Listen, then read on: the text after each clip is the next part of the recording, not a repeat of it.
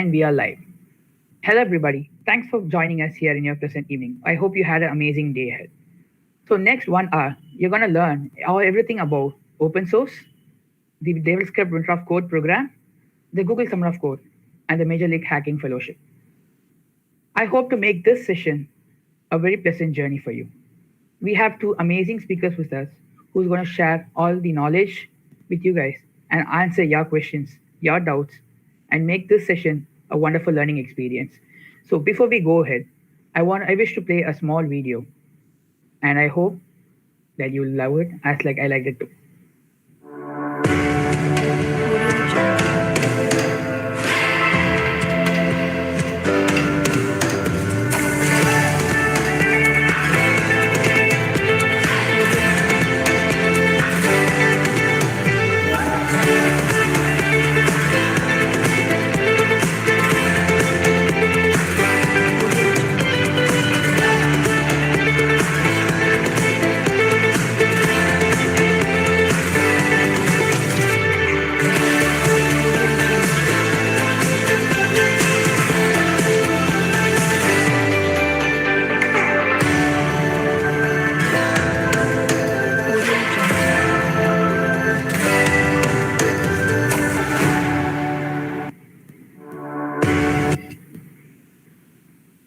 That was pretty cool. So now let's get into what matters more. So we have two amazing speakers with us. First off, we have Mr. Harshvardhan Mishra, who is not only an amazing Microsoft Learn Student Ambassador, but he's also a MLH Fellow. He's a developer outreach at DeepSource, and he's a tech lead of DSE SISD. He's a web developer and a technical blogger. He has inspired a lot among us in the community, and I'm so glad to have him here to talk and give you information about the Major League Fellowship program. Hello, Harsh. Hello, Anush. Good evening, everyone, and thanks for inviting us to this amazing session. It's nice to have you here, Harsh. Next online, we have DEEPAK KUMAR, who's a GSOCer, and now he did his contributions to the KDE during the time of the Google Summer of Code, and now he's a developer at the KDE. He's also a Google coding mentor at Circuitverse, and he's also a software developer. He's from Nagpur, and he's one of the inspiring person I've ever met. And I'm pretty sure that you'll have a lot of doubts regarding how to get inside GSOC and how to make the best use of it. So I hope that we will be able to clear all your doubts tonight. And I hope to make this a very inspiring session for you. Hello, Deepak Kumar. Thanks for joining us. Yeah, hi. Good evening, everyone. Yeah, thanks for having me here. Devscript, thanks a lot for the opportunity by Devscript Winter of Code. Looking forward to have a great session with you all. It's a pleasure having you as well. And now, me and Vedant are here to present you this session and hope to make it a very interesting one for you. So shall we get into the session? Okay. So first off, I would like to ask Harsh Kumar his thoughts and ideas on the open source culture and why a student in India should get more involved into open source and what is in it for him. Sure. So good evening, everyone, and thanks for this question. So basically, I have been associated with open source for the past 1 year through various programs like Hacktoberfest, GSOC Summer of Code, and administering and mentoring some of the projects of mine. So my insights about open source are a lot varied, and it not only helps you make a better developer, but it also helps you be good in communication regarding the software that you are developing. So according to me, almost every student in India, or basically from any other country, should get involved in open source because this will not only help them to get associated with some real world projects, it will also teach them how to be a part of a development team and how to exactly develop features and solve bugs. So many students in India right now, they are developing some of their projects, they are working on them, and they basically start with some competitive programming or interview preparation. But with open source, you get some real world insight onto how software development actually plays inside majority of the companies. You will learn the most effective use of Git and GitHub, something which has been overlooked by many students during their undergraduate career. And you will also be good in tracking the issues, resolving them, and something that will come a lot handy while you're actually working in some company. So basically, with open source, you will be getting an experience of all about that without actually investing in a lot of efforts. So if you're interested to be open to get participate in open source, you can just hit up some organization, or you can just be a part of a project that is being actively maintained. You can talk to the mentors, you can talk to the maintainers, and they will help you right from the to merging your entire feature or bug resolve and anything like that. So the best part about open source is that you will be getting some live mentorship from people whom you practically don't know, but they are going to really guide you in the whole process. And this is what makes open source quite unique. So I'm really glad that Devscript has brought forward this Winter of Code program that basically allows the beginners to get started with open source in a very beginner friendly manner and in such a way where the bars are not set very high. So even if you are a beginner, you have very minimal development experience, you can just be a part of this program. And there will be maintainers and there will be mentors who will guide you in the entire process, right from writing the first line of code to merging your pull request and also to develop some integrated features. So it is not just about development that you should be caring about. You can do a plethora of things like you can contribute in terms of documentation.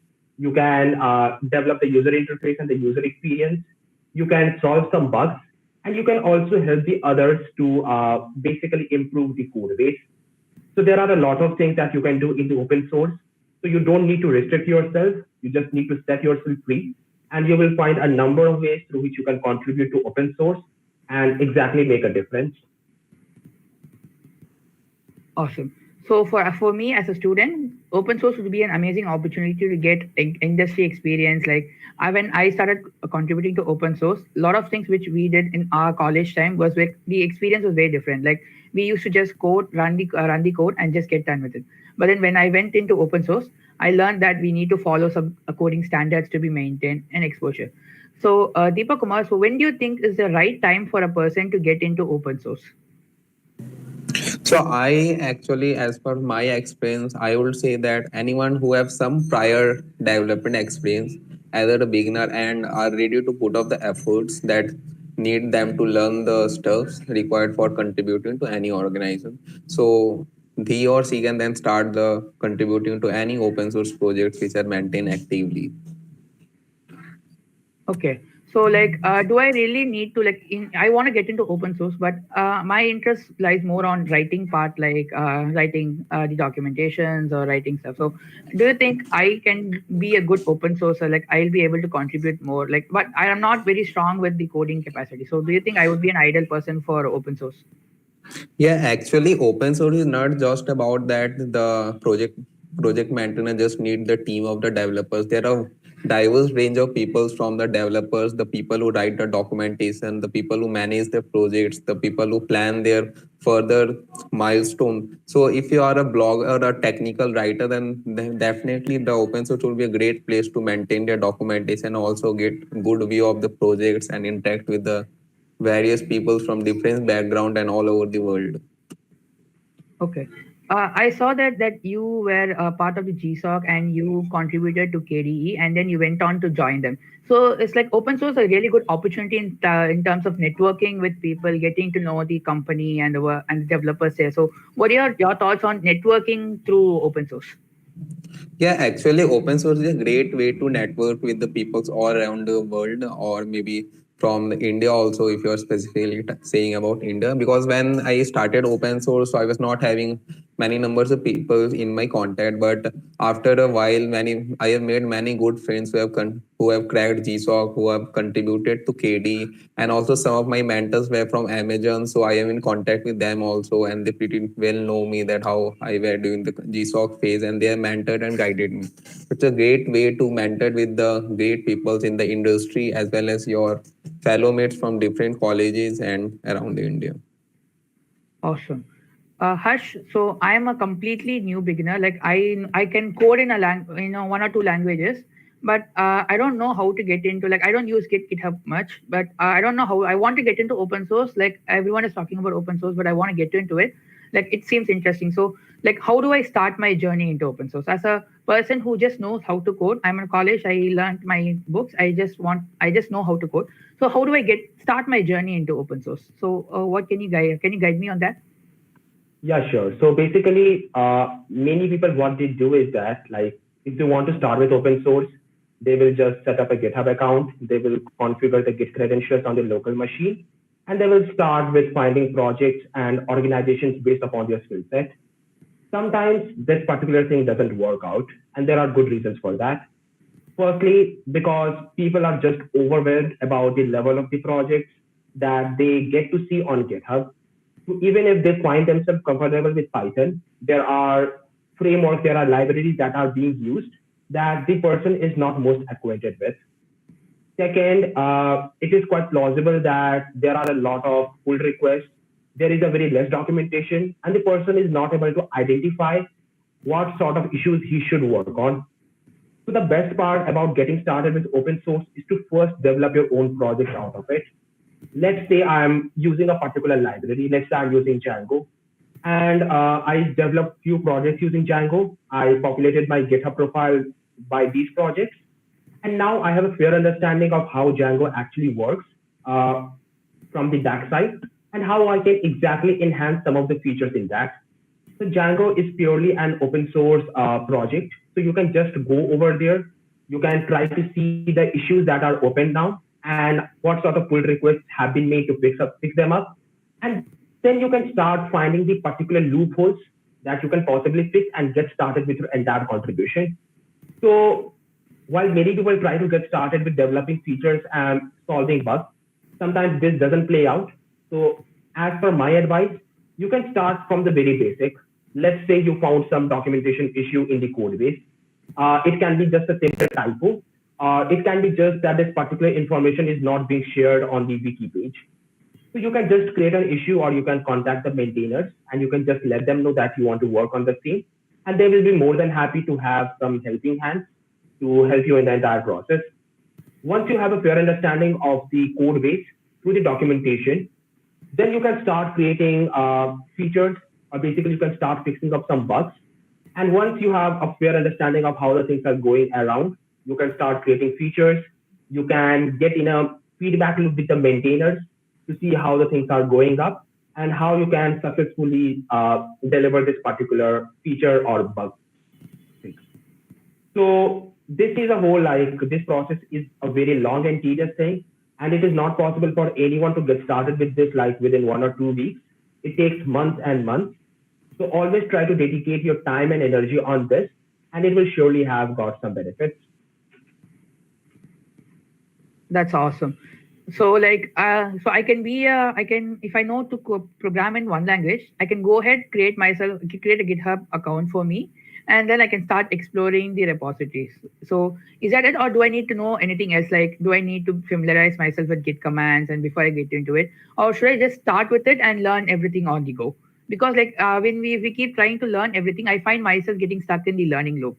So so how do I like focus my time on it? Like, because I have my college assignments. Should I dedicate all my time to this, or like should I plan my, because as you said, you are completing one issue successfully might take months. So should I contribute my time equally to other issues also, or how do I go about that? How do I make myself more efficient? You can take the time to complete some other issues. Sometimes the particular feature that you're trying to develop will exactly take some time, or it is just a part of the release.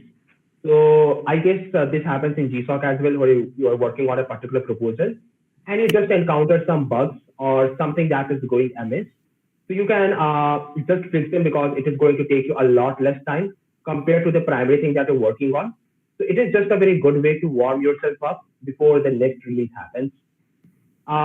Secondly, coming onto the Git commands, it is always beneficial for you to know some of the basic Git commands. You should know how to state some commits, how to push the commits, how to work in branches, how to remake your branch and all that. But again, if you're encountering some problems, You can just go up to the Git documentation and you can find out some specific things that you are missing out and you can start contributing through them. So sometimes it is quite possible that you're not following the proper commit guidelines. Sometimes it is quite possible that you're working from the main branch and the organizations don't want you to work from the main branch. They want you to work from a different branch. So all this is a part of a learning, and the more mistakes we make, the more things we will learn. That's cool. Like, so the entire process is going to be a trial and error, but you're going to learn a lot than you learn in a classroom in this process. So this is basically a good exposure for any student to get into open source. So, so other than that, what are the major motivation for a student to get into open source? Deepak, can you just share some major motivations which students can give themselves to get more involved into open source? Yeah, one thing I would say that contributing to any open source organization will definitely improve the development skills of the individual. So that can be one of the reason that one wants to contribute to any of the open source projects. So when you issues, you interact with the mentors, discuss the issues, what needs to be done, then you think of the solution, and then you implement it, and then you test it. So it's like a complete software development cycle you are doing right now in your college itself. If you are a college student and you're doing a college, so that's a good way to, I mean, gain some good development skills in the projects. And the second thing, can there also be motivation? There are many good programs which support open source and sponsors open source projects as GSOC, MLH Fellowship, and Outreach intern. So contributing to any open source organization can also help you to get into that program and also improve your development skills and also get network by various peoples around the world. Wow, that sounds cool. So I'll get back to you on more on the GSOC and the MLH Fellowship. So for the viewers here, let me give a small introduction about our Devscript Winter of Code, and I'll walk you through on how you can join us and make your next 2 months the most productive open source time you had. So I'll give you a small walkthrough on how it is going to be. So the Winter of Code program is an open source program envisioned by the Devscript, and we aim to increase the open source culture among students. Post Hacktoberfest, and a lot of you wanted to get into open source, but often didn't have the right guidance on what true open source culture is all about. The open source is not about swags or not about like getting any monetary benefit. Like that is an important criteria, but open source is all about creating products that people can use for a better, like open source is going, like our future is going towards open source, and we are creating products which is going to affect a lot of people. So you can, in return, you can get mentored by one of the best people in the industry, and you're getting a lot more.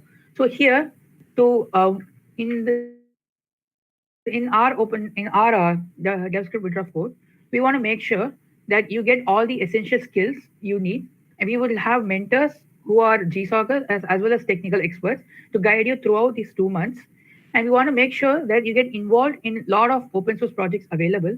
That's the reason why we have decided to allow any participant to contribute to any project which he or she desires, and we would make sure that you get fully prepared for the GSOC program. We have a lot of sessions and interesting speakers coming up to share their experiences in Google Summer of Code, help you prepare your profile. We have resume building workshops to prepare you for your next job, for your next internship. We have a lot of sessions from top speakers coming to share their knowledge on how you can, as a student, can improve yourself and make yourself more employable compared to others who doesn't do this. So this is more about experience gaining, sharpening your skills. And rewards, obviously there is rewards. So for the top 100 contributors, the people, they will receive t-shirts, swags, and stickers. All participants would be getting a certificate of appreciation. And so I'll be getting detail about rewards, the companies who are getting involved with us pretty soon.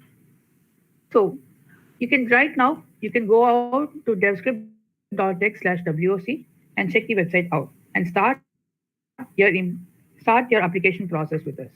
So let me walk you through the process. Wait.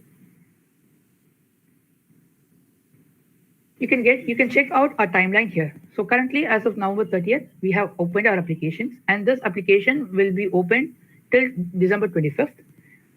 And on December 25th, we would start the hackathon. But don't worry, don't panic that you're completely beginner and you aren't aware of it. We have planned an extensive bootcamp for you to learn all about GitHub, catching issue like how to find issues in projects, how to start working on it. We have all sessions planned out for you. You will have a complete or 1 week bootcamp where you'll be learning everything you need to know to make your next 2 months the most productive time. And on Jan 2, we'll be starting you'll be starting your hacking process, and you'll start contributing to the amazing projects out here. And this will go on for the next 2 months. And we have a lot of sessions planned for you, a lot of activities, events. So this 2 months is going to be a fun time. So come all in and learn a lot. Come with a motive to learn, and it'll be a very useful process for you. And we have some selected projects, and our project registration is still open. So if you have an amazing open source project that you want people to contribute and you want to help, you want to mentor people, do register with us, and we would love to have your project in. So for our participants, all you need to do is go to the registration slide, click on the register now, enter your details. We'll be sending you an OTP in your mail. Give that OTP and you're done. You're in. And we'll be sending you an accepted mail soon. And coming to prices, we have swags coming to you.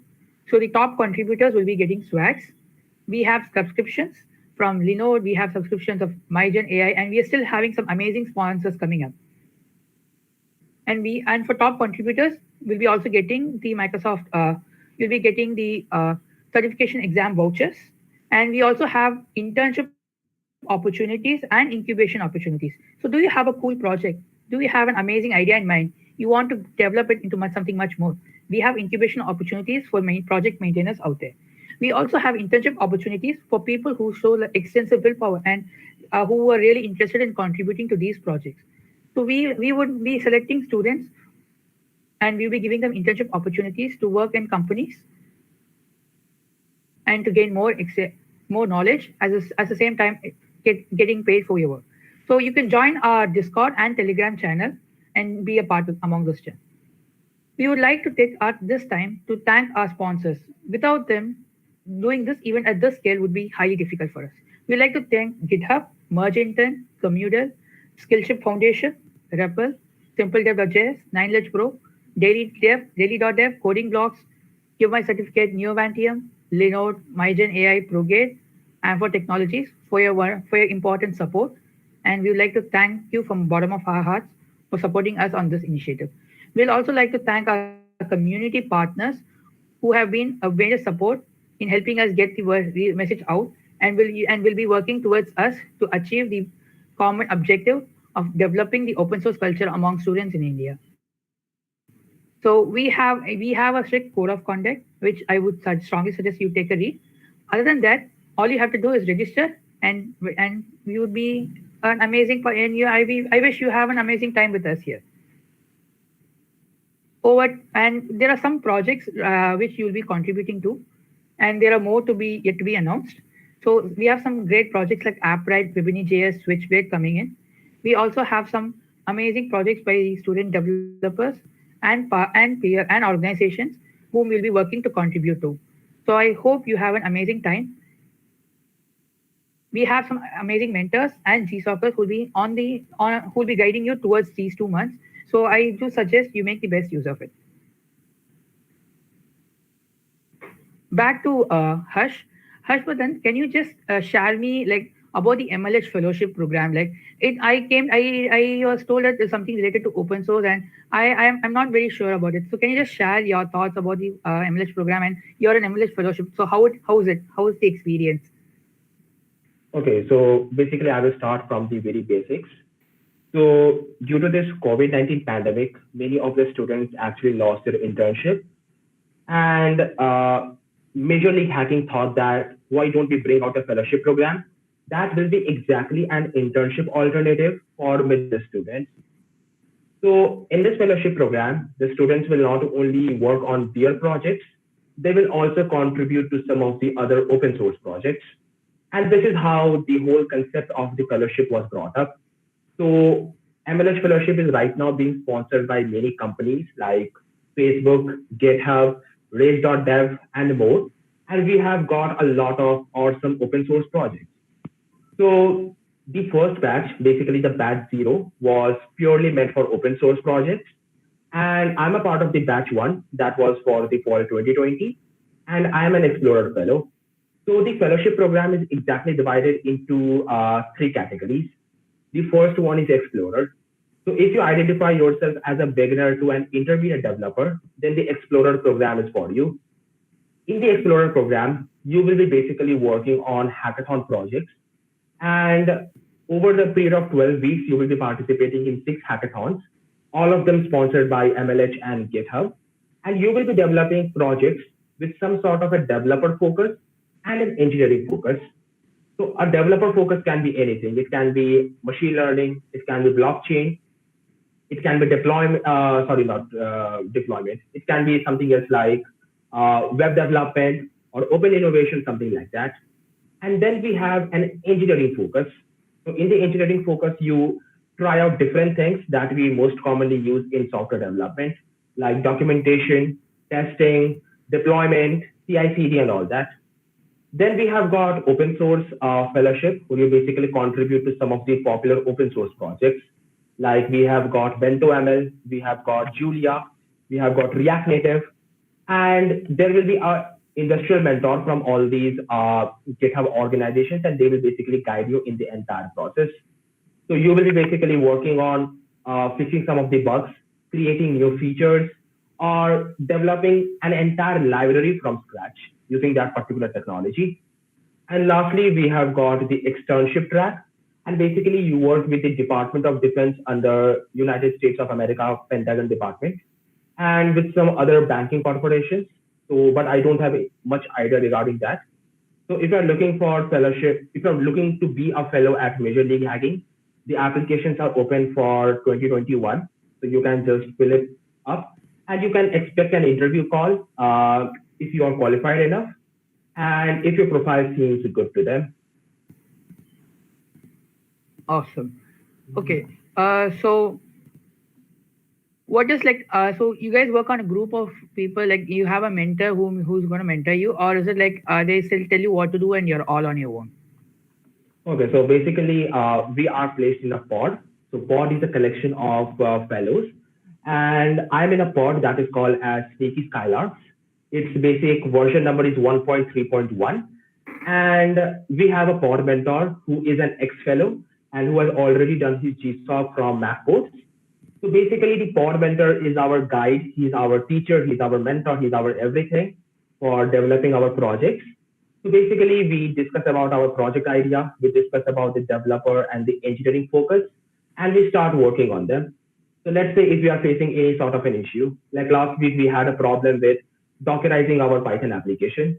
So if we face any sort of an issue, we just message him, we just mention him on the Discord server, and he is gonna help us out in the process. And we have also got an industrial mentor who is basically from some company like AWS or GitHub or Unity, and they will also hold some sort of a session with us so that they can help us resolve our doubts related to some sort of a subfield in the computer science. So if you want to be a game developer and you're participating in a gaming track, you will have an opportunity to talk to one of the engineers from Unity or from some other company that has basically sponsored the program, and you can get all your doubts clarified about the same. Not in general technical doubts, but doubts regarding the whole field. So if you want to ask some silly questions like how to be a game developer in India, you can basically shoot all that questions to them, and they will be more than happy to resolve them out. Wow, that sounds really interesting.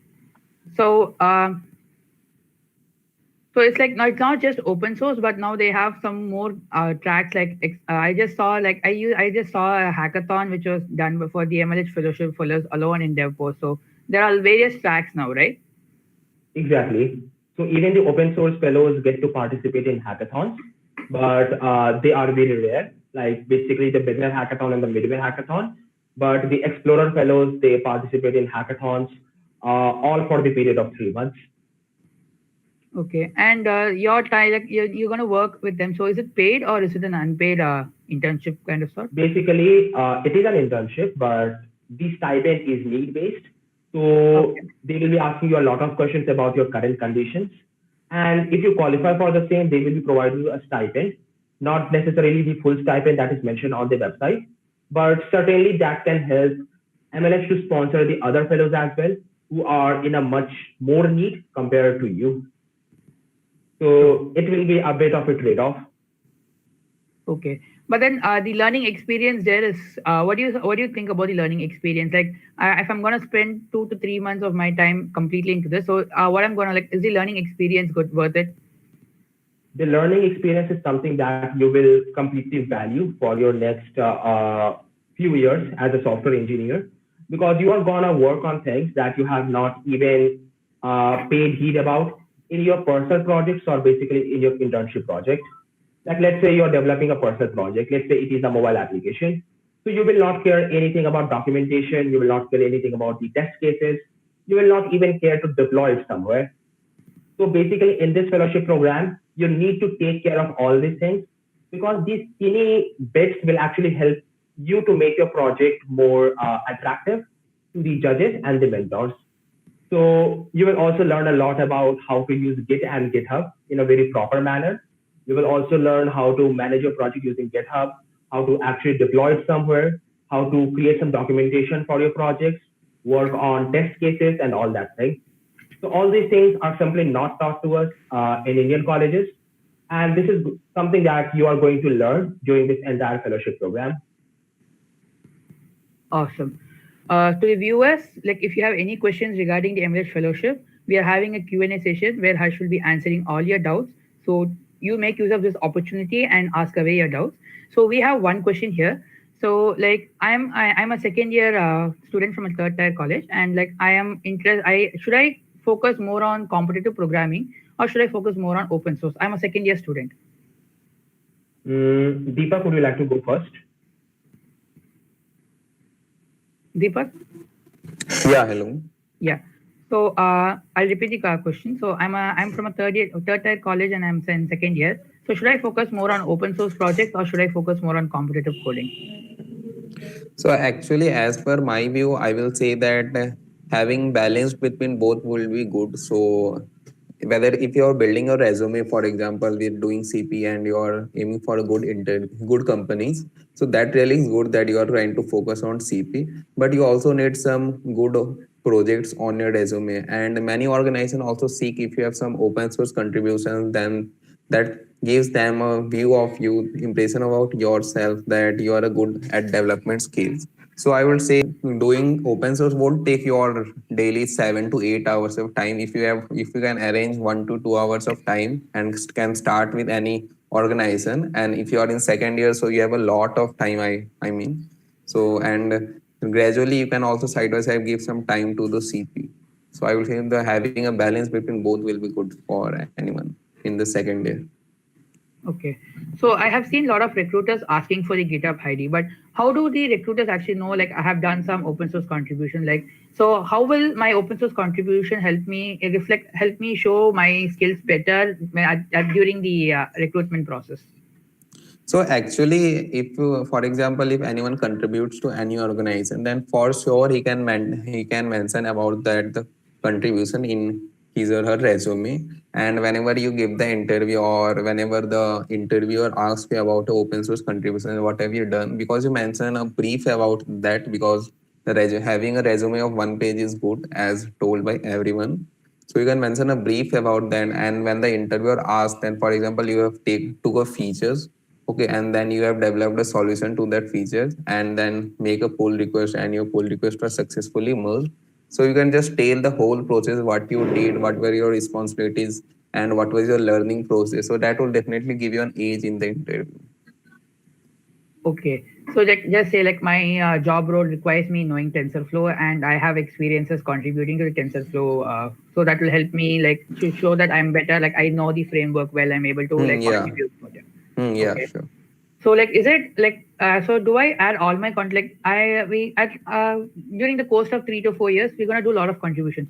So like, is it wise adding all the contributions or just link to the GitHub and say like I'm an active open source contributor and like please refer my GitHub for contribution. So what do you think? Like, what should I do? Like in case No, yeah. Go on. Yeah, actually, you can continue question.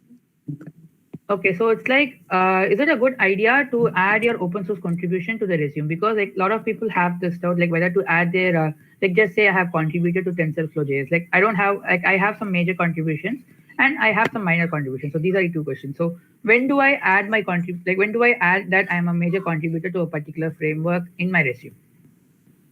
So whenever you are applying for any job, okay, so in the experience section also you can add on, such as for example, as you told that TensorFlow, and if you have contributed to the code base of TensorFlow, then you can just give a headline as contributor as TensorFlow, and you can just add some of your major contributions over there. That will take 2 to 3 bullet points.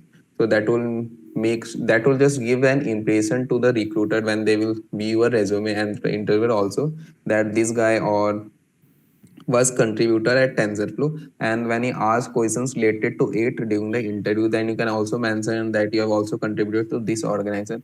So that will sounds good, I think.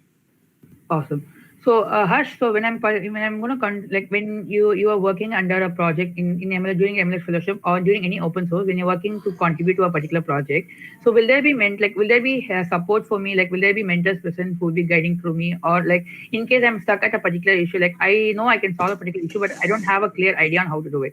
So how do I get help? Like is there communities that they are there for open source? Like how do I get more involved into the community aspect of open source?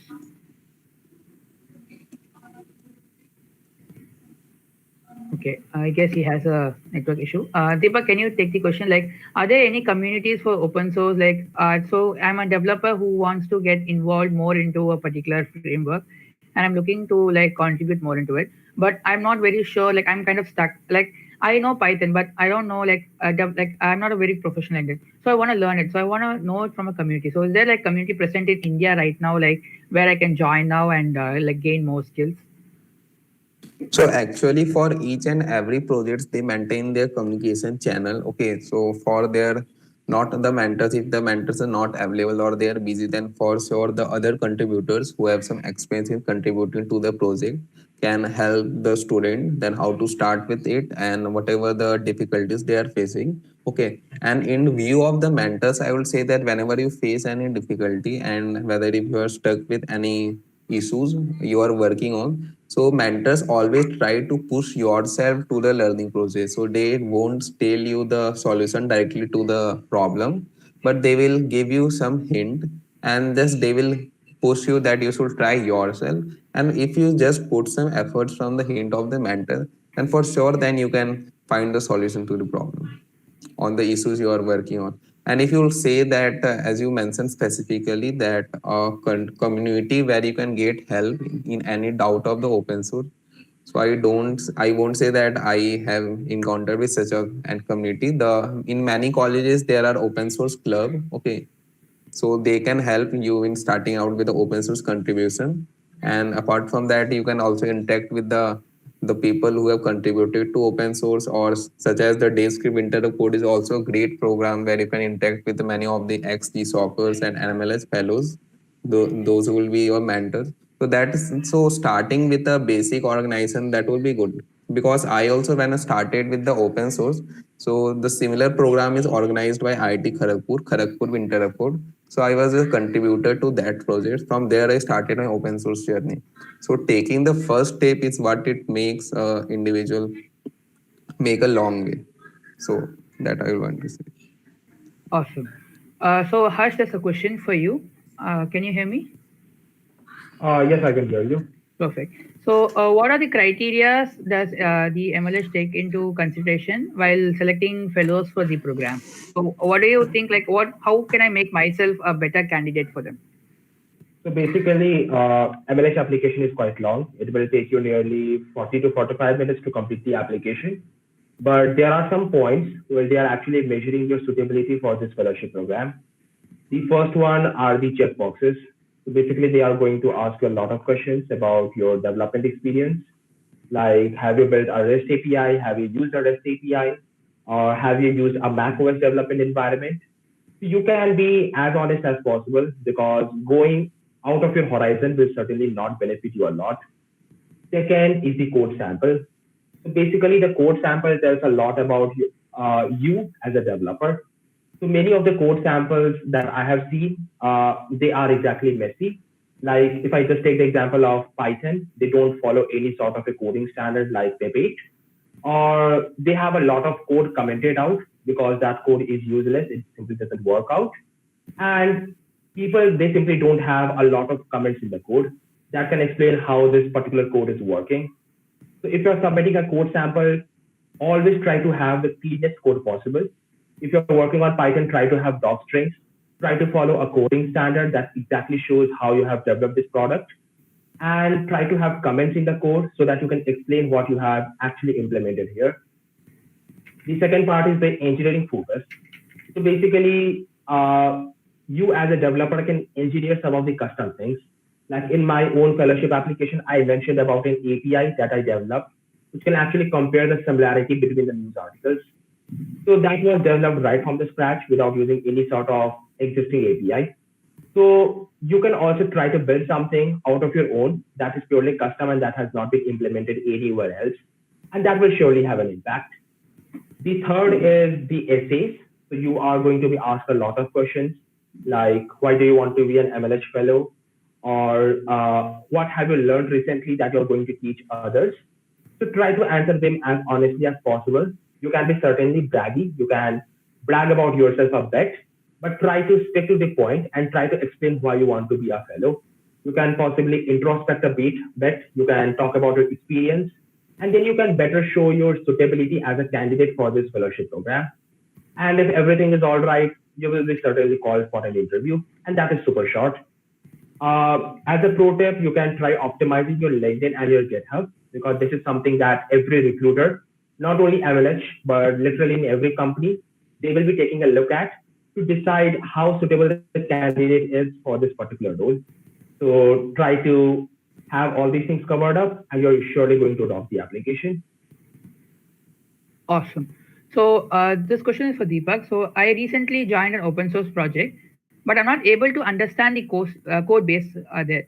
So it is actually based on microservices. Like, how do I cope up with it? Like, I started contributing, but I'm not able to clearly understand the code base. So what do I do? See, actually, yeah, this is a hard point for every contributors when they start with any open source projects. Okay, so basically, what I will say that many of the projects have their issues. In which issues there are the labels as beginner level issues. Okay, so first thing you need to do that you need to set up the development environment. Once you have done that, then you need to move to the issues page and then start looking over the beginner level issues. And once you have picked up beginner level issues that you think that might be interesting to work on, and you will be great if you can find a solution to this. Okay, so then you need to dive that, and that's the point when you need to dive to the code base. So diving to the code base for sure is not that you need to understand the whole code base at once for just solving that beginner level issues. After that, once you have picked up the issues, you can discuss with your mentors that I am working on this issue. Then for sure, if you are a beginner, then they will give you some hint then from where you need to start. Okay, so then as per my experience, I will say that you can start diving to the section of the code base where you think that the solution I can find to this issue, and try to understand that section a bit, that how it's working and how the project is structured. So there are, if it's a front end project, for example, front end React project, then how there are the components file and the CSS files inherited, how the static assets are inherited.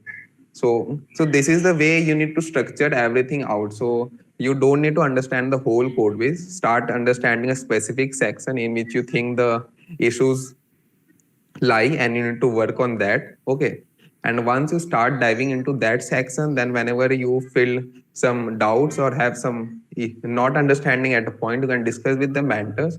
It will take some time, but after that, for sure, I will say that once you have given 2 to 3 days in the beginning, and for sure you can solve that issues. So Awesome. this So is like for my experience, I will say. awesome. So it's like for basic beginner level issues, there are like you can just go directly to the file and just start working on the particular file. Or if you don't know how to look into it, you can just ask a mentor like, where do I start? So just Yeah. ask. So only when you keep asking people, asking, you're gonna get what you want. And once Yeah. you're like, once you start working with the beginning and you have gone like you are very comfortable with the beginners level issues, then you can go on to take on advanced level issues where you can start contributing to do major contribution. And that time you would need to understand the code base.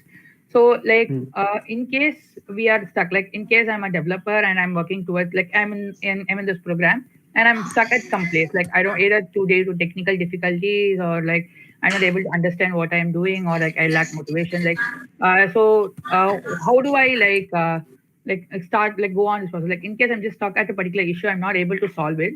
So what do I do then?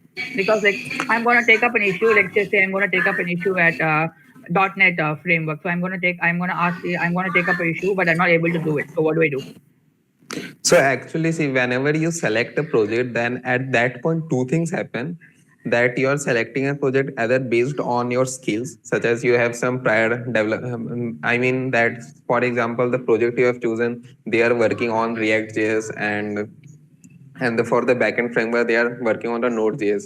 So you have the skills that they are working on. So this is one point. And the second thing happened that you are a beginner, but you are a lot interested to work on this project. Okay. So there is two cases. So when you have some development experience to the project you are contributing on, then I will say that if you are stuck at a point, then for if you discuss with the mentor and then if they give you some hint, then for sure you will try to find the solution. And once you try to find solution at a point, and if that works possibly but the mentors are not satisfied by the solution, then you try some other solution and that will work. So this is the perspective of the one people who is working on a project. They have some development experience and they are stuck at a point. And on the second case, I will say that, so for example, if you are a beginner and you don't have that much development experience and you started contributing to any project, so at that point, when you pick up any issues, I mean, the issues that you think that I can solve this, or you have worked something like similar. For example, you can work on some layout issues for sure if you are a beginner in the web development stuff projects, and then you start working on that. That to give you a view of the project also, that the how the project is structured, okay, and how each and every part works.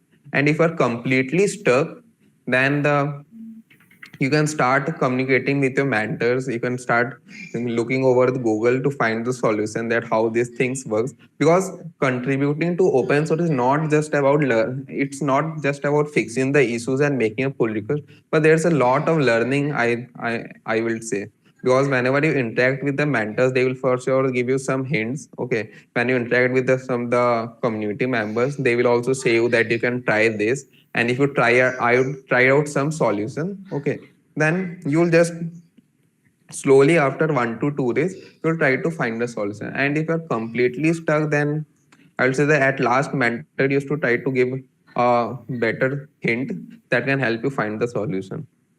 Perfect.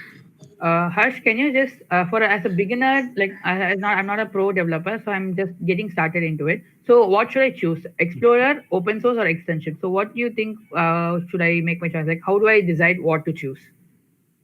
So basically, as per my best opinion, externship is not for Indian students. So you will not be able to sign up for that.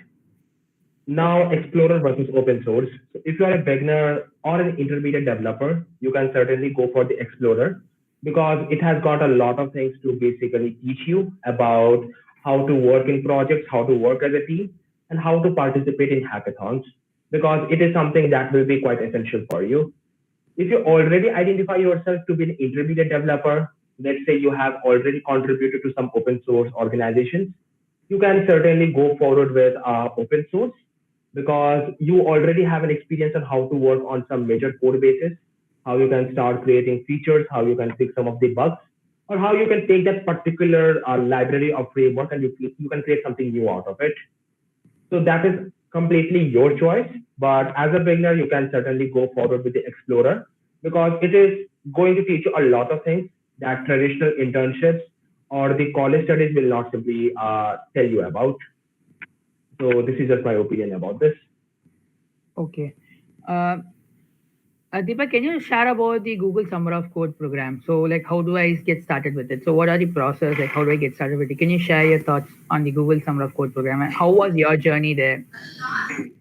Yeah, so basically, Google Summer Code is a program where Google selects some projects on which the students can work during the summer and work on the project ideas that the organization have suggested, and they are looking for the developers to work on. So, if any of the beginner wants to start with the want to get into GSOC or Google Summer Code, okay. So, first of all, he need to select the organization in which he wants to contribute. So for example, I take the example of the KD. Okay, so I have selected KD. So my next thing will be to select the projects I need to work on, because a single organization have many projects that they are working on. So KD is also a big organization, so they have many projects such as KD Live, Krita, and G-Compress, on which I have worked on during my GSOC, and many others.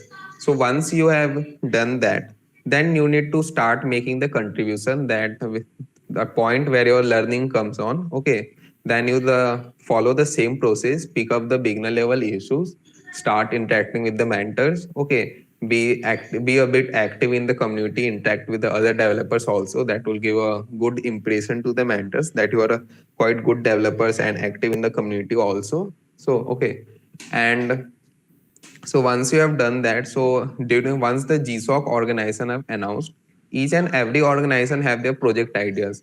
So for example, I was contributing to G-Compress. Okay, so they were having 2 to 3 project ideas. The first was to add a features of multiple data set to their activities. Okay, so I will just give a brief about what is Gcompress.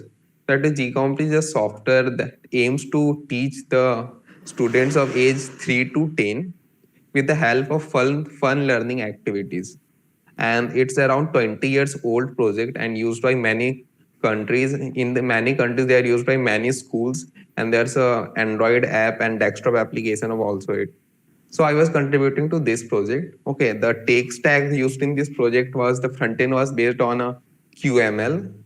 I won't say the front end, I would say the things which are display. Okay, so that was based on the QML.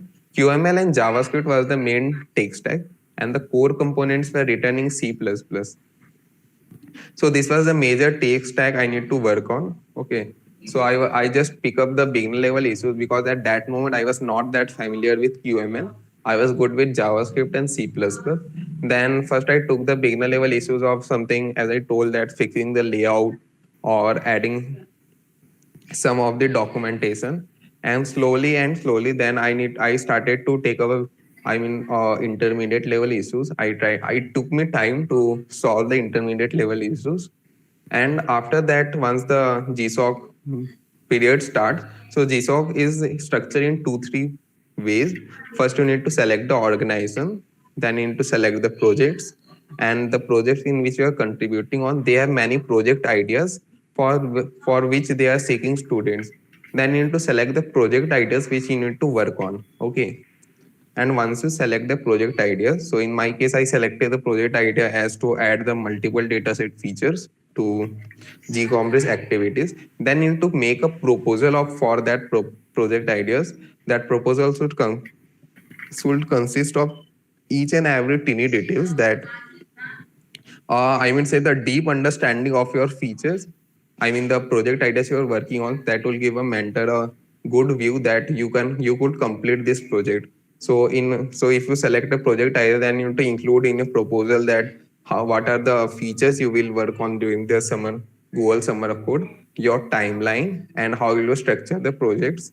The structure the whole projects, and then you submit a proposal, and as per basis of your contribution, your active how you are active in the community, and as per the mentor select the students. So they for sure look 2 to 3 things, that whether you have made some good contribution to the project, that shows that you are a good developer who can complete the project during the GSOC period, and how you are active in the community, and how you have interacted with the mentors and the other community members. So, and after that, accordingly, the mentors select the students, and you need to work for the complete summer with that. Okay. So this is the So whole process, okay. GSOC. So I'll just go by step, and I'll ask my doubts when each step I have. So first thing, like I Mhm. came to know that the period of the program has been shortened to 1.5 months. So No, like it's two 2 months. months. Okay, Yeah. so it's 2 months. And so when the student application, so before the student application gets open, is it advised that like I go and check out the projects and try to contribute to them? Like, so is it needed that I have to go and contribute to the projects before the the application starts? No, it's not needed. It depends completely upon you whether you start contributing the organization once it has been announced, or either you can start contributing to the organization by the month of November, December, or before that. So it's completely upon the students. Okay, but it is advised as a good practice to get more, get to know about the project before, like the project which you're planning to go, which you're interested to know about the project more. It is best to start early, and now I think it's the perfect time since the application period opens on March 29. So our Winter of Code is being planned for this purpose. So we have the hackathon starts from 25th December and goes on till February 25. So that gives you a 1 month time to prepare more into the program. So by the time you apply for the program, you would already have exposure into open source. You would have contributed to some of the great projects, and you would also have some great guidance who will be guiding you towards the process. So for the next period, for the application review period, so is there like, so the people who are the maintainers and the mentors for a particular open source, they are the one who's going to be reviewing my application, right? Yeah, the So like, mentors. okay. So me being an active contributor in the project which I wish to work in GSOC, so getting to making network again, networking there would be a very good plus for me, right? Yeah, for sure. So what about the proposal? Like, so what is the proposal thing? Like, I don't understand the proposal. Should I say like what ideas I have for their project, or like how is it? No, no, actually, the proposal thing, as I mentioned, that the organization put up their project ideas for which Okay. they are looking for the students. Okay, so for example, the project idea is a simple title of the project. Okay, but if someone has contributed to the project, then for sure he know that what is the whole deep understanding of this project idea or the features they are the mentors are seeking students to work on the GSOC during the GSOC period. I mean the summer. So the proposal thing is that you pick up the project ideas, okay, Okay. and in the project ideas you include the how you will be working on these features during the GSOC period. What will be your timeline? I mean timeline by in at you can stay the timeline at during how many days you will take these features to work. I mean the this sub task to complete and that sub task to complete. Okay, and then you need to include your contribution that the mentors can have a good view that you are contributing to this project for the past 2 months or 3 months and have made major good contribution that shows that you're a strong candidate to contribute. I mean, to get into GSOC and complete the project successfully. So these are the few things that the mentors seek in the proposal, and it depends upon organization also. In many cases, the organization have their proposal template. Okay, so you can pick up their template and you need to write up everything according to their template. So this is the thing about the proposal. Okay. So the templates available. Like, will it be available in the website itself, or like I have to Google it and get some No, no, templates? the templates are available on their GitHub repo, and you can also refer to the past year proposal to get some insights of the students who have selected whatever the proposal and what how I need to prepare. So that's the thing about the proposal. Okay. So the proposal will play an important part in them selecting me. So like I have to like, Yeah. okay. So I must be while giving the proposal, I should also be like pretty practical and like real. Like I have to give them the like when how much time probably I will be taking to explore the language. So just say that I don't know. Like I know only half the ideas which they have put for. Like I'll be able to only work on the half idea, but I'm ready to learn the other half. So can I mention that? Like I'm ready to learn, continuously learn during the program, and I'll be able to do it. See, actually, the features they are working on, actually, the project ideas they have kept on that shows the. I mean, if you have contributed to the GSOC project, okay, then the project ideas are related to that only. So if you have contributed to something similar to that, and if you have made the major contribution, then the mentors are sure that you are a learner, you are ready to put up the efforts, and you can for sure complete the projects. So it's not like that you need to mention anything in your proposal that you are eager to learn, but you need to make a good proposal that how you are going to deal with this. I mean, Okay. deal with these features during the GSOC period, and need to Okay. maintain also a realistic timeline that.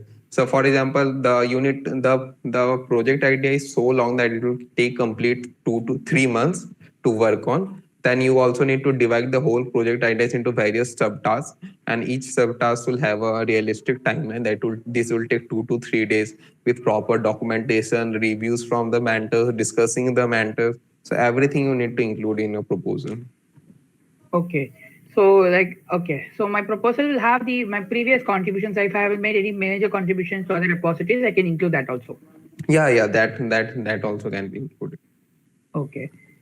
So I'll have this check-in period, right, like evaluation periods during once I start the process. Yeah. Okay. Sounds pretty cool. So like getting to know the project before the application process will surely help us. And is it like, what do I get from this program as a student? Like I contribute, I spend my time, I'm going to spend 2 months of my time to this. So what I'm going to get from this project? So what are they giving to me? So yeah, so actually during my time the stipend was around you work on the projects for complete 3 months. So the stipend was a fixed stipend of $1,000 per month. Okay. So it was around 75,000 in Indian currency. Okay. And for now, I think that the stipend has been reduced to $500, and the program will be of 2 months. And you also get after all this, you get the certificate from about your successful completion of the project. And we also got a link that Google Connect program, that was that if you are looking for any opportunities in the future at Google, then they will give you some preference, Awesome. I mean, in the resume. So that was the thing we all got. Awesome. So we get paid for the work. We get experience of working in one of the most top projects. So the projects which are going to come here are the projects which millions of developers are using currently. Like just say like Python is here, I saw Django here. Like the projects are being used widely by people. So I get experiences working with such an amazing project. I get monetary support from them. I get opportunity to apply to Google and get some preference over it, and I get to network with so many people. Like, is there any networking session? Like, I'm working in a Django project, but will I be able to network with other project maintainers, other participants? So, is there something like a community bonding session? Yeah, so during the GSOC, so the first 20 days is the community bonding session. In that time is you know your mentors well, you interact with your mentors, discuss if you have anything related to the project that will help you to structure the next 3 months in a good way. So in that community bonding period, you get the chance to know your mentors and the fellow mates who are selected for GSOC in a good way. Awesome. So even if I'm a beginner, I can just go ahead. Like I have seen a lot of first year students getting into GSOC program. So it is all based on my interest. So if I'm ready to spend my time, learn and contribute, I can just start with it, right? So based even irrespective of which year I'm in or which college I'm in, I can get started into it. Yeah, sure. So what are some tips you like to give for people who are aiming for GSOC? So from my side, the tips I will give you that once you start contributing to the project, then start a bit early. Okay, so because if you are good in development, it depends upon the individual. Starting early, I mean, it's good to start around the month of December or November, because it takes times to deep dive in the whole code base of the project. Okay, the first tip this from my side will be this. The second will be to stay a bit active in the community, interact with the mentors, the fellow developers who are contributing with you. And also, I will suggest that when you are preparing the proposal, make sure that it includes all the elements of the proposal that will help you to stand out with the other candidates, and keep contributing, and don't, I mean, just contribute to beginner level issues. Go with the some medium or hard level issues also. So that will help you for sure to get into GSOC. Okay. So like now just say that I'm applying for a web development track. I have seen there are a lot of tracks which like various like medicine and science, web development, communication. Like so just say I'm applying for a web development track. Should I mention my like when I'm submitting the profile the proposal, should I add all my projects which I've worked on in the web development area, or like in just say if there's a science and medicine field, so should I talk about my the AML projects which I've worked on? So will that give me an edge? Like shall I talk Yeah. about my projects? Yeah, I have seen many proposal in which students have included their past project that they have worked are the similar to the tech stack they are working on the organization. So you can include that also. You are independent to do that. Awesome. So I'll answer one of the questions, like where to start contributing it. So if you go to the GSOC website, you can see right now, since the project hasn't been announced yet, we have the collection of past projects, so past people who have joined this program last year. So you can go and check out the projects which they have put in. We have an archive of about more than over 10 years worth of archive here. So you can go and check out the year 2019's project and see who are the major project people who have come here, and you can give a check. So there's a high chance that the same maintainers are going to come this year too. So you can shortlist a couple of 5 to 6 projects and start seeing how to contribute them, probably reading their like contributing guidelines, like getting to know the mentors there. So that will be a better way. So yeah, just check about the past projects which have come there and try to get more insights on what are they expecting, how it is. Like there are a lot of proposals, like even with when preparing a proposal, there are a lot of templates available which you can use. So so that's what I would like to add to it. Um, Harsh, so like I just want to ask you a small thing about the MLH program. So, Mhm. so when is it like when can I like when is the perfect thing for like when can I apply for MLH? Like, is it good to have projects beforehand before applying to MLH fellowship? So having a project is almost a necessity because they will be asking you to submit a code sample. And without any project, there is no meaning of submitting a code sample. So some people might submit implementation of a binary tree or a graph data structure, but that will simply not work out. So you need to have a focus on developing some real world project that you have developed during a hackathon or a project sprint. So luckily, I had one project from my Smart India hackathon and from one of the hackathons that I won as a team. So I basically picked up one code sample from there and I submitted as part of that particular project. So even during the technical interviews, you will not be asked the standard questions around data structures or algorithms or something that is quite general about the technology stack. You will be just asked to answer the questions based upon your code sample. So let's say in your code sample, you have made use of Django. So possibly they might ask you about some basic questions in Django, like what is the MVT or how does Django actually handle the database implementation part and all that. And most of the questions are quite basic. And if you have actually worked on the project, you will be able to answer almost all of them. So make sure to have your best project for the purpose and try to apply as early as possible because the earlier you apply, the more chances you will have to actually succeed in getting an interview, and also to show what you have got for this fellowship program. Perfect. So that's the questions from my side. Thank you so much, Deepak and Harsh, for spending your time helping us throughout all our doubts. So, participants, if you have any more doubts, we would like to know. Please put your doubts in the comment section. In the chat section, please ask your doubts if you have anything related to MLH Fellowship, open source, the Devscript Winter of Code, or the Google Summer of Code program.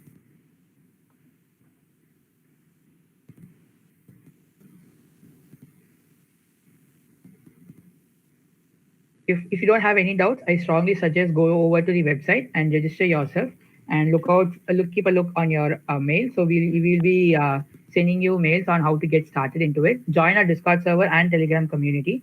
So one more question I wanted to ask. So Deepak, like during the GSOC period, so like what is the medium of communication? Like do you guys cover like do the team members communicate using the issue tabs and the Discover? Is there like any communication like Slack or Discord you guys say? What is the major like what is the communication medium you use? So at KD uses IRC for the communication medium, but the many of the open source organizations also uses Gitter. Some of them uses Slack channel. So it depend upon the organization how they want to handle the contributors. So these are some of the way they used to communicate with the contributors either by Gitter, Slack, or using the IRC free node. Okay. To the future participants of the Devscript Winter of Code, we have decided to use Discord as our platform. So if you're not aware of how to create and use Discord, we'll be sending a small we along with the acceptance mail, we'll be sending a small guide on how to get started into Discord. We have a link on the website. I strongly ask you to just click on it and get started into it and explore the platform. And we'll be having our community mentors, maintainers of various projects, and GSOCers there to help you out throughout the program. So don't worry about it. We'll be there. So if I'm a complete beginner and I start actively contributing to the open source project, like which I wanted to contribute to GSOC, so will I be able to crack GSOC? If I will say that anyone starts with the open source contribution, they are a beginner at a point, and the people who get selected for GSOC. So if you're completely beginner, then it's good to start with the organization, with the development skill, with the interest of the projects or your prior development skills. Once you start with the contribution, learn the things that are required in order to contribute to the organization and keep contributing, so that can help you to get into GSOC. Okay, perfect. So like you have converted your like you got into the you worked in a GSOC program, and then you have now joined the same company as developer. So like is there a high chance of like is there can I even if I'm gonna go and work into a GSOC program, just say I want to work on like I'm able to contribute to a particular project, will I be able to get a job there? Like so is there a good opportunity? Is there a chance that I might get a job there? So how do I like Yeah. work on that? Yeah. So actually, I am not a full-time employee of KD. So I am just a contributor, only open source contributor. Right after GSOC, also I am contributing to the organization because I am a part of the community. And whenever I have some free time, I used to maintain the projects. So, but there are many opportunities in many of the open source organizations. For example, Red Hat have some full-time opportunities of internships as well as for the full-time roles. Forces have also have some of their openings that in which they hire developers to work on completely on the project. So yeah, there can be the full-time opportunities also for the participants based upon the organization. Okay. So here even here again networking comes into a major role. So if you can if you're Yeah. able to network with people and if you're able to like convince them that you are the fit for their organization, then you will be able to join it. So there are also so there's a high chance that you'll be able to convert your GSOC program into an opportunity for your job. So if you're really interested and work on a project, convince the mentors and maintainers that you're really interested to work, be a part of the company. And as major open source projects are there to create free open source software for people to use and give better services. So I do strongly say you make best use of it. Is there any questions that you need to ask about the MLH program or the Google Summer of Code program? Please ask your doubts in the chat. So how do I keep myself updated about the open source programs? What are some articles or journal or website I can get into to keep myself updated? Because like even for me, I had a problem like the first year I didn't know about all these programs. Like once I got into the Microsoft Student Ambassador program, from people like I learned a lot from people like Harsh, like yeah, like when they talked about these programs, I used to go and Google about them and I get to know about them. So like the community played a major part for me in getting the information about the current happenings of industry. Like I didn't know about Hacktoberfest in my first year. I didn't know about Winter of Code. I didn't know about GSOC. So how, as a first year student, as a beginner to the computer industry, how do I keep myself updated with the current happenings of the industry? Harsh, can you answer that? Yeah, sure. Yeah, sure. I'm sorry I lost you for a moment, but I got the question. So basically, majority of the students like they face this problem because most of the technical clubs in colleges are all about politics and less about doing anything on technical side. And sometimes if we are in some tier 3 or tier 4 colleges, we are sometimes bereft of all the new opportunities that are coming up. We might know some of them through social channels, but we always miss out the other opportunities that are coming up. So the best way for you to capitalize upon any new opportunities that are coming up is to just by joining some communities. So there are a lot of awesome communities out there. There is GirlScript, there is Devscript, there is Script, and we have got some proprietary communities by companies like Google and Microsoft. Like Google has got DACs, Microsoft has got Microsoft Learn Student Ambassador. So you can join these communities and you can get a lot amount of exposure about various programs that you can basically participate in. So like if you're a part of the Microsoft community, you will get to know a lot about the Azure meetups.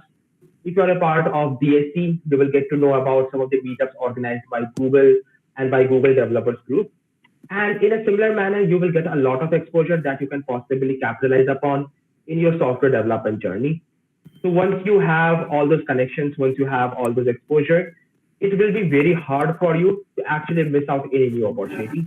So you can capitalize upon them either as a participant or as a mentor if you find yourself to be capable enough to guide some other people. And then you can start having some fun out of this whole learning process. Okay, yeah, that makes sense. So, like, here's the where community plays a major importance role. Like, yeah, being an informed student and being an uninformed student. So, in communities, you get mixed with like-minded people, and you might be the only guys who's really into technology in your entire class. Like, or but you might think that you're alone there. But when you go and join a community, you meet people who are very like-minded, and you get to learn a lot in that process. So, which is better, hackathon or open source contributions? So, like, I think I will like to answer this from my personal experience. So, from my personal experience, so hackathons are a 2 day or a 3 day major event where you'll be working towards a goal. So, hackathon for me it was a very major learning experiences. So I'm a regular at MLH hackathon, and I have done about 15 hackathons, and I can tell you that hackathon is an amazing learning environment where you'll be working on a particular project on a 2 to 3 days. You'll be working at your maximum like capacity where you'll be doing everything. So I have done a project for a whole month, and I have finished that project in 2 to 3 days in a hackathon. So hackathon is a really great way to explore new tech stacks, meet people, network, and learn. While open source contribution is something which you have to, it is on a long time basis. So hackathon is more like a short term basis, and open source contribution is on a long term basis. And you'll be in open source, you'll be like getting to know about how the industry works. Like the code which you want to contribute to it might get involved in the next production environment. It is going to be really useful for you. So like you can keep working on it. So what I strongly say is like do hackathons and open source contribution on the side. Like don't decide either to go on one or other one. Like you might decide to spend your major time on one part, but I just say that don't lose one for another. Like do both equally. Try to make time for both of them because both of them is going to play a huge value part. So at the end of when you're going to go graduate, it is better to have a lot of projects which you made at hackathons. Like you might even win hackathons if your idea is really unique and the judges like the idea. You might have some good winnings too. So hackathons has a great place where you can develop projects for yourself. And open source contributions are a really great place to get industrial experiences, like learn from the mentors and make some good contributions to frameworks possibly a company is using. So both are really important for you to have. Mm-hmm. So that is my take on it. So Deepak, what is your take on it? So yeah, I agree with you on your point. So that's a hackathon. I mean, open source is a long way journey that once you start contributing to the project, it's a long way. Whenever you have some free time, then you take up any issues, work on it, and you also spend some of your good time with the development skills. But hackathon is also a great way to do the things which can be done in the month, in the next 2 to 3 days, and work with the team collaboratively. So I agree with your point. Awesome. So, like, thank you, Deepak and Harsh, for spending your time with us. It has been such an informative session. Thank you so much for being here. Thanks for having us here. It's nice. Thank you, Harsh. Thank you. Yeah. So, yeah, this session is coming to a wrap. I will say.